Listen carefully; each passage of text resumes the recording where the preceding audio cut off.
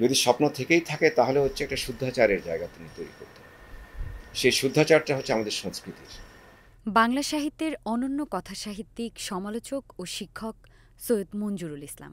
১৯৫১ সালে সিলেটে জন্ম তার।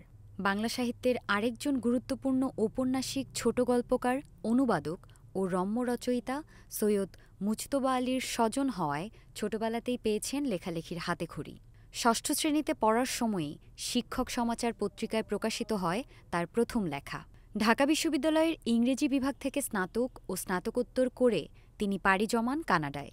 কুইন্স বিশ্ববিদ্যালয় থেকে পিএইচডি ডিগ্রি নিয়ে দীর্ঘ সময় ধরে শিক্ষকতা করেন ঢাকা বিশ্ববিদ্যালয়ের ইংরেজি বিভাগে। ২০১৮ সালে অবসর নেন অধ্যাপক হিসেবে। এরপর যুক্ত হন ইউনিভার্সিটি অব লিবারেল আর্টস বাংলাদেশে। এরপরেই তিনি ২০২৩ সালে পান ঢাকা বিশ্ববিদ্যালয়ের ইমেরিটাস অধ্যাপকের মর্যাদা। তার গল্পগ্রন্থগুলোর মধ্যে উল্লেখযোগ্য হল থাকা না থাকার গল্প, কাঁচ ভাঙা রাতের গল্প, আলো ও অন্ধকার দেখার গল্প, প্রেম ও প্রার্থনার গল্প, বেলা অবেলার গল্প।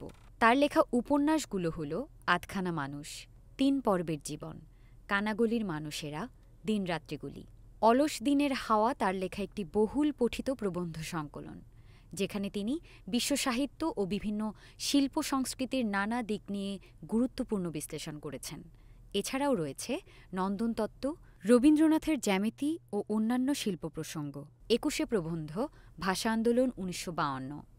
সৈয়দ মঞ্জুরুল ইসলাম কেবল কথাসাহিত্যিকই নন, তিনি বাংলা সাহিত্যের এক তীক্ষ্ণ সমালোচকও।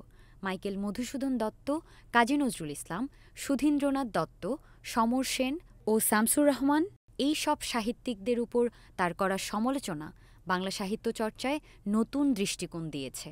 সাহিত্যে তার বিশেষ অবদানের জন্য তিনি ১৯৯৬ সালে পেয়েছেন বাংলা একাডেমি সাহিত্য পুরস্কার এবং ২০১৮ সালে পেয়েছেন ২১ পদক। ঢাকা স্ট্রিমের পক্ষ থেকে সৈয়দ মঞ্জুরুল ইসলামের প্রতি জানাই গভীর শ্রদ্ধা।